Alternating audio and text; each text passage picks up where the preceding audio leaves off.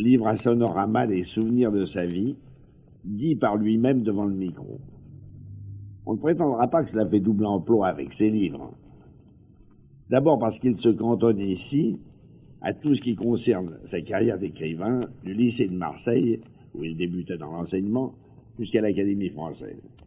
Et surtout parce que rien de ce qu'écrit ou dit Marcel Pagnol ne fait double emploi avec rien. L'irremplaçable qualité de cet enregistrement réside dans la simplicité de la conversation. C'est à peine s'il lui échappe de ci de là un gros mot. Et au Jardin des Souvenirs, il n'est pas de fruit défendu. Chaque lecteur de Sonorama appréciera, j'en suis sûr, le privilège d'avoir à loisir un tel invité à son foyer. Marcel, quand as-tu commencé à écrire? C'est au lycée de Marseille, dans la classe de 4e à 2, que j'ai cru que j'étais poète. Je me suis mis à écrire des vers avec une véritable passion. Je ne faisais plus mes devoirs.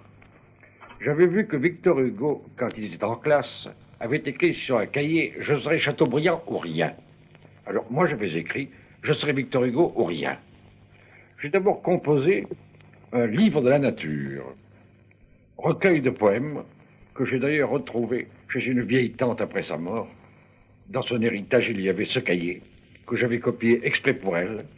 Et comme dans les anthologies qu'on avait en classe, quand il y avait un extrait, il y avait écrit entre parenthèses Racine, psaume 14, Lamartine, méditation 9.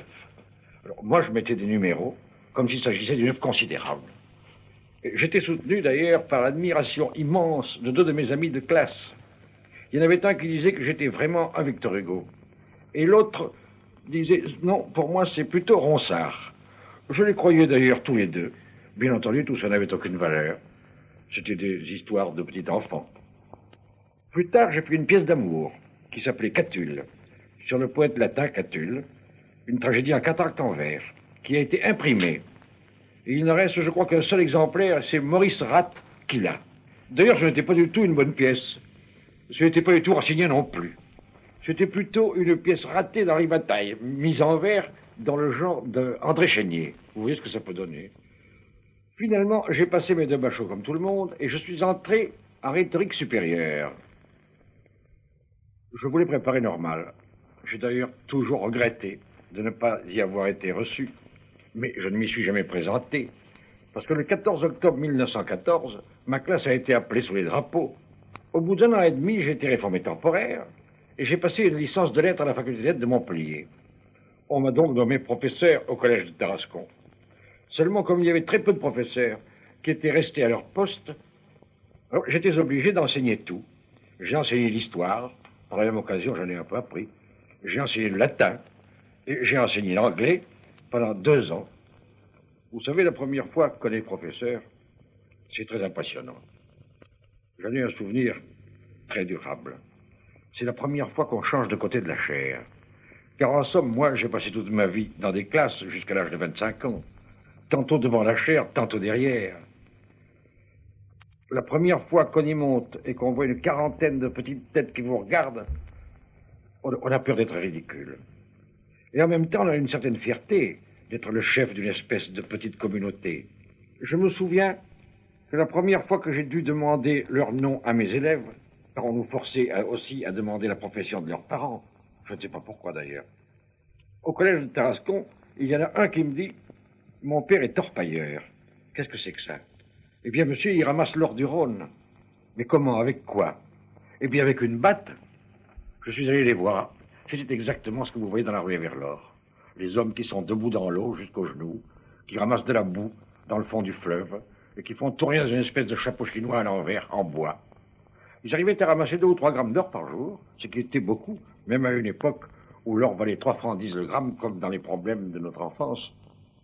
Quel genre de professeur étiez-vous? Eh bien, je n'ai jamais puni aucun de mes élèves. J'estime qu'il vaut beaucoup mieux faire amitié avec eux. J'avais trouvé un cancre en classe, mais un cancre effrayant, qui était dernier en tout. Et pourtant, je voyais que cet enfant n'était pas du tout stupide. Mais il avait l'habitude d'avoir 0. Et il s'y était parfaitement résigné. Dans sa famille, ça faisait un drame, parce que son père et sa mère s'occupaient de lui très activement, sans jamais rien obtenir. Alors un jour, j'ai essayé quelque chose. En lui donnant ses notes de la fin de la semaine, je lui ai mis 19 partout. 19 de devoirs, 19 de leçons, 19 de conduite. Chez lui, ce fut une fête extraordinaire. On lui a acheté une bicyclette. Et ensuite, cet enfant a mérité d'avoir 19, parce qu'il s'est mis à travailler comme une brute et avait la conviction qu'il en était capable, parce qu'au fond, il s'était demandé si les premières bonnes notes que je lui avais données, il ne les avait pas méritées. Au fond, pour que les gens méritent votre confiance, il faut commencer par la leur donner. Mais l'enseignement, ça devient une passion et une manie. Mon père, lui, avait été entièrement mécanisé par 45 ans d'enseignement. Si bien que lorsqu'il avait pris sa retraite, je l'avais installé dans une propriété que j'avais près de Marseille, il a commencé à s'ennuyer horriblement. La guerre a éclaté, la guerre de 39, et la propriété a été réquisitionnée pour y mettre des troupes. Mon père a découvert là-dedans une demi-douzaine d'illettrés parmi les militaires. Il a aussitôt acheté un tableau noir. Il a commencé à leur apprendre à lire. Pour d'autres qui n'étaient pas illettrés, mais qui n'avaient pas fait de grandes études, il leur a fait des cours complémentaires. Puis ceux-là sont partis au front. Ensuite, hélas, les Allemands sont arrivés. Ils ont réquisitionné la propriété. Mon père s'est dit, si ces Allemands savaient le français, il n'y aurait plus de guerre. Alors il leur a fait des classes en français.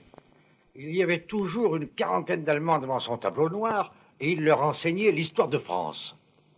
Quand ces Allemands sont partis, il est arrivé une infirmerie de la division marocaine qui s'est installée là. Il a dit, il faut que ces Marocains sachent lire et écrire. Il leur a fait encore des classes. Puis les Marocains sont partis. Il est arrivé une infirmerie sénégalaise, de grands Sénégalais qui appelaient mon père papa. Il leur a appris à lire à tous. Les Sénégalais sont partis et il n'est plus venu personne. Alors, il est mort.